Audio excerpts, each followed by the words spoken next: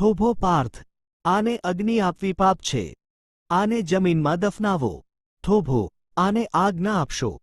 જો તમે આ દુસ્સાહસ કર્યું તો મોટો અનર્થ થઈ જશે.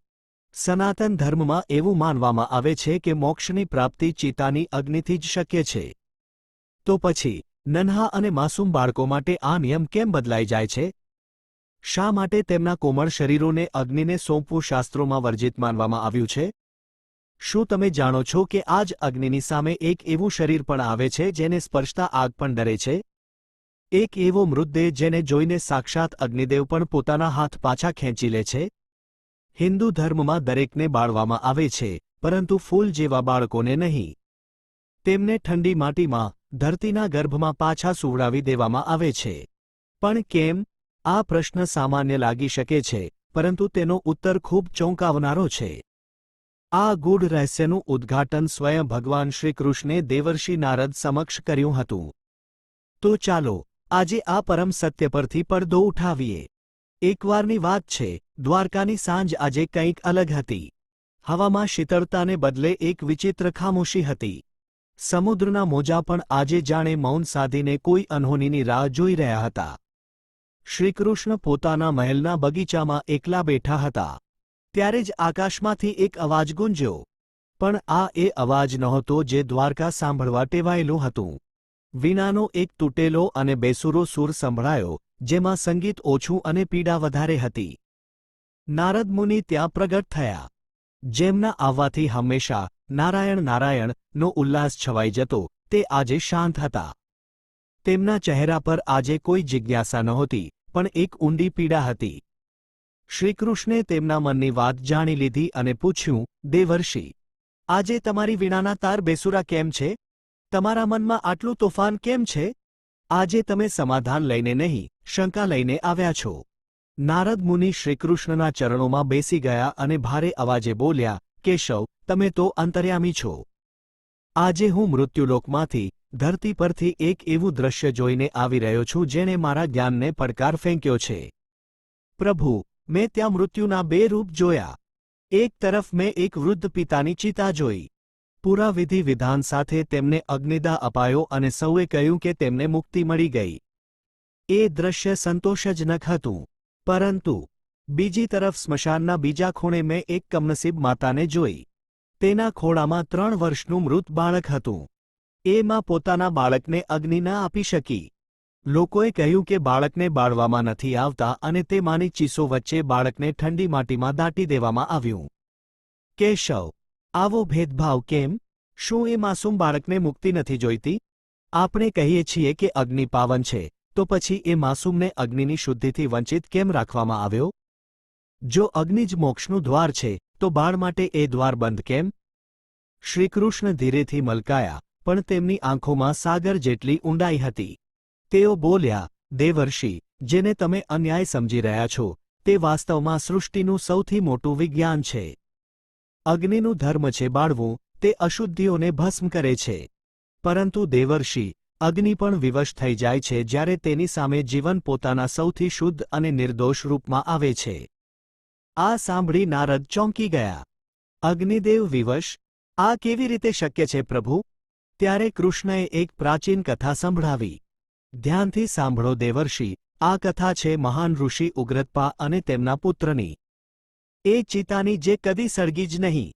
ઘણા વર્ષો પહેલા દંડકારણ્ય વનમાં ઋષિ ઉગ્રતપાનો આશ્રમ હતો. તેમનું તપ એટલું ઘોર હતું કે ઇન્દ્રાસન પણ ડોલતું હતું. જીવનના પાછલા વર્ષોમાં તેમને ત્યાં એક પુત્રરત્નની પ્રાપ્તિ થઈ, જેનું નામ હતું ચૈતન્ય. ચૈતન્ય કોઈ સાધારણ બાળક નહોતો, તેના ચહેરા પર અલૌકિક તેજ હતું. ઋષિ ઉગ્રતપા, જે ક્યારેય કોઈની સામે ઝૂક્યા નહોતા, તે પોતાના પુત્રના પ્રેમમાં ઓગળી ગયા હતા. તેમને અહંકાર હતો કે હું મહાતપસ્વી છું એટલે મારા પુત્ર પર કાળની છાયા પણ નહીં પડે. પરંતુ નિયતિ કોઈના અહંકારને નથી છોડતી. જ્યારે ચૈતન્ય માત્ર 3 વર્ષનો થયો, એક અમાસની રાત્રે તે અચાનક મૂર્છિત થઈ ગયો. તેનું શરીર બરફ જેવું ઠંડુ પડી ગયું. ઋષિએ મહામૃત્યુંજય મંત્રના જાપ કર્યા, ઔષધિઓ આપી, પણ યમરાજે જાણે મૌન ધારણ કરી લીધું હતું. ભોર થતાં જ બાળકના શ્વાસ થંભી ગયા. તે નાનકડું ફૂલ ખીલતા પહેલાં જ કરમાઈ ગયું. ઋષિનો શોક હવે ક્રોધમાં બદલાઈ ગયો. તેમણે આકાશ તરફ જોઈને ગર્જના કરી, મેં જીવનભર ધર્મ નિભાવ્યો અને મને આ ફળ મળ્યું. હું મારા પુત્રને સાધારણ મૃત્યુ નહીં મરવા દઉં. હું તેને પરમ મોક્ષ અપાવીશ. ઋષિએ સંકલ્પ લીધો કે તેઓ પુત્રનો અગ્નિસંસ્કાર મલેગીરી ચંદનથી કરશે. ચિતા સજાવવામાં આવી. ઘીની આહુતિઓ અપાઈ. ઋષિએ મશાલ પેટાવીને ચિતામાં મૂકી. નિયમ મુજબ લાકડા સળગી ઉઠવા જોઈતા હતા. લપટો ઉઠી પણ ખરી. પણ દેવર્ષિ, ત્યાં એક ચમત્કાર થયો. જેવી આગની જ્વાળાઓ બાળક ચૈતન્યના શરીર તરફ વધી, તે આપોઆપ બુઝાઈ ગઈ. જાણે અગ્નિ એ શરીરને અડવાથી ડરતો હોય. ઋષિએ ફરી પ્રયાસ કર્યો, વધુ ઘી નાખ્યું, પણ પરિણામ એ જ. ચિતા ભડકે બળતી હતી, પણ બાળકના શરીરનો એક વાળ પણ વાંકો નહોતો થયો. અગ્નિની લપટો બાળકના શરીર પાસે જઈને ભયભીત થઈને પાછી પડી જતી હતી. ત્યાં ઊભેલા લોકો ડરવા લાગ્યા. કોઈ કહેવા લાગ્યું કે બાળક શાપિત છે. ઋષિ ઉગ્રતપાનો ક્રોધ સાતમા આસમાને પહોંચ્યો. તેમને લાગ્યું કે અગ્નિદેવ તેમનું અપમાન કરી રહ્યા છે. તેમણે કમંડળમાંથી જળ કાઢ્યું અને શ્રાપ આપવા તૈયાર થયા, પ્રગટ થાઓ અગ્નિદેવ. નહીંતર હું તમને સૃષ્ટિમાંથી લુપ્ત કરી દઈશ. ત્યારે જ ધરતી ધ્રુજી ઉઠી અને એક દિવ્ય પ્રકાશ સાથે અગ્નિદેવ પ્રગટ થયા. પણ તેમની આંખોમાં ક્રોધ નહીં, લાચારી હતી. તેમણે કહ્યું, થોભો ઋષિવર, અનર્થ ન કરશો. ઋષિ રડતા રડતા બોલ્યા, તો તમે મારા પુત્રને બાળતા કેમ નથી? તમે આખા સંસારને બાળી શકો છો તો આ નાનકડા બાળકના શરીર સામે તમારા હાથ કેમ કાંપે છે? અગ્નિદેવે અત્યંત શાંત સ્વરે કહ્યું, ઋષિવર, ક્રોધ ત્યાગો અને સત્ય જુઓ. હું દાહક છું, હું બાળું છું. પણ હું શું બાળું છું? હું શરીરને નહીં, પણ આત્મા ઉપર ચડેલી ગંદકીને બાળું છું. જ્યારે મનુષ્ય મોટો થાય છે ત્યારે તે ખોટું બોલે છે, છળ કપટ કરે છે, વાસના અને ક્રોધ કરે છે. આ બધા સંસ્કારો અને અહંકાર શરીરના હાડકામાં ઉતરી જાય છે. હું એ અશુદ્ધિઓને બાળીને આત્માને મુક્ત કરું છું. પછી અગ્નિદેવે બાળકની તરફ ઈશારો કર્યો. પરંતુ આને જુઓ ઋષિવર, આ બાળકે તો હજી જીવન જોયું જ નથી. તેના મનમાં નથી હું નો અહંકાર કે નથી કોઈ દ્વેષ. તેણે ક્યારેય કોઈનું ખરાબ નથી ઈચ્છ્યું. આનું શરીર નથી, પણ ઈશ્વરનું વિશુદ્ધ રૂપ છે. જે પહેલેથી જ પવિત્ર, કુંદન છે, તેને આગમાં નાખીને હું શું શુદ્ધ કરું? જો હું તેને બાળીશ તો મને બ્રહ્મ હત્યાનું પાપ લાગશે. અગ્નિદેવે એક અદ્ભુત ઉદાહરણ આપ્યું, ઋષિવર, આ કાચો ઘડો છે. કુંભાર પાકા ઘડાને ફોડી શકે છે, પણ કાચા ઘડાને આગમાં નથી પકવતો કે નથી તોડતો. જો કાચો ઘડો તૂટી જાય તો તેને ફેંકી નથી દેવાતો, તેને પાછો ભીની માટીમાં ભેળવી દેવાય છે જેથી તે ફરી નવો ઘડો બની શકે. માટે આ બાળકને મને ન સોંપો. અગ્નિ આનું ઘર નથી. આને ધરતી માની ગોદમાં આપો. આને એક બીજની જેમ વાવો. જો બીજને બાળી નાખશો તો રાખ થઈ જશે, પણ જો ધરતીમાં રોપશો તો તે ફરીથી નવા જીવનના રૂપમાં ખીલી ઉઠશે. અગ્નિદેવના વચનો સાંભળી ઋષિ ઉગ્રતપાનો અહંકાર ઓગળી ગયો. તેમને સમજાયું કે તેમનો પુત્ર હજી જીવનની પરીક્ષામાંથી પસાર જ નહોતો થયો. તેને મુક્તિ નહીં, નવો અવસર જોઈતો હતો. ઋષિએ પોતાના હાથે ખાડો ખોદ્યો.